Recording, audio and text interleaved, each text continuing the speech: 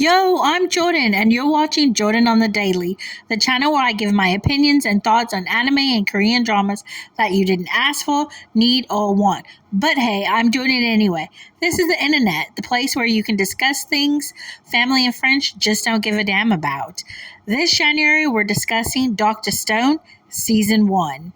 It's an interesting title. We're already at episode 5 and we're calling this the beginning. Does that mean this episode we're going to see who's behind the petrification? I'm really curious about that, so that'd be nice to know. Last we left off, the writers made us believe that Tsukasa killed Senku, but he couldn't have, right? He's the MC, you can't go dropping the MC 6 feet under. Tsukasa is an interesting guy. He keeps saying that Senku's plan to wake up everyone will invite war, but waking up the young and strong is also an open invitation for conflict to break out. I can just see people having a dick measuring contest and not wanting to follow some rules another kid set out for them. Seeing little Tsukasa with bitty Senku and Taijun is sad, especially since I think Tsukasa is right. They would have been good friends. I can't thank these writers enough. I won't ever stop wanting a background story on Yusuriya, but at least they made her someone who is smart and takes action. I mean, look at this kid go. It's fun to see that Taijun and Yusuriya have become little science nerds because you know that in the modern world, while they helped Senku, that Taijun was an athlete and Yusuriya was into crafts. Taijun and Yusuriya had to know that black powder alone would cause an explosion and might not kill Tsukasa if he dodged out of the way, and he's fast enough to do it. I mean, this kid killed a lion. What in the world were these two thinking? Come on, guys, let's get it together.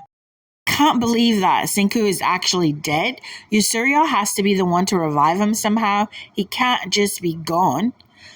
No offense to Taijun. Poor Taijun, he's trying so hard to bring Senku back to life. It seems that Taijun's goodbye kind of hit Tsukasa hard. He's a little confused about why they ran away, but his facial expression in the rain is one of remorse and regret, which I don't understand. I just don't get this kid. Make up your mind, bro. Did you want them dead or do you want them alive? It makes total sense that Senku was the science club president. I love the fact that saving everyone wasn't something that Senku had decided to do because of what happened to humanity. Even in taking those stupid magazine quizzes, he would never choose one person over another.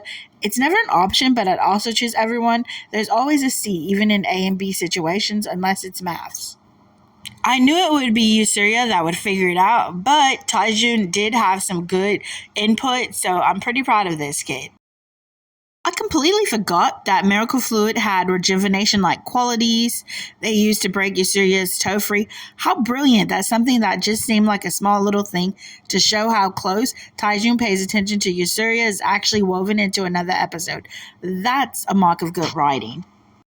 Senku put a lot of pressure on himself with his vow to save humanity using science, but dang, that's a lot of pressure to place on one person. Taijun called him the star of humanity and its hope. Oh, we're really going back to the beginning. I can hear Senku counting. I hope we get to see who started this whole petrification mess in this episode. I really, really want to see that.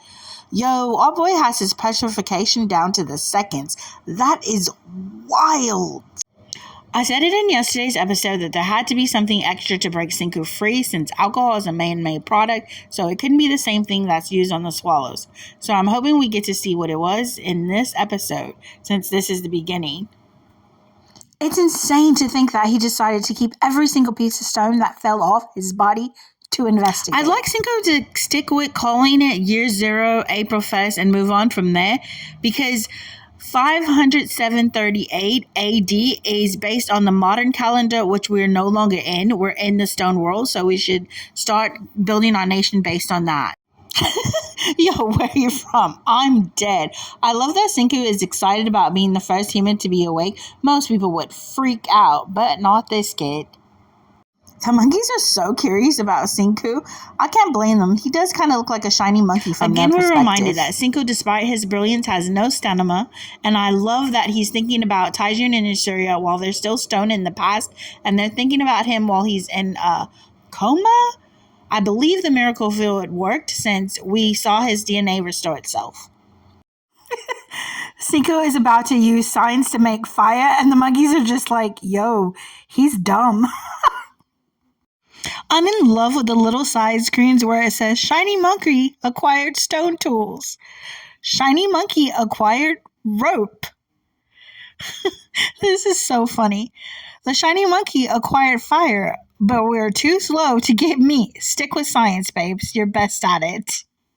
Seeing Sinku put in the work that we already saw completed back when Taijin woke up and was taken to Sinku's house is a nice little backstory, and I'm really enjoying it. I think it fits perfectly in this episode where Sinku would have otherwise been comatose for the entire episode, so we still get to see him, but not in the present time. Meat secured. It's in the bag. Good job, babes. You did it. The monkeys are still watching their entertainment, The Shiny Monkey.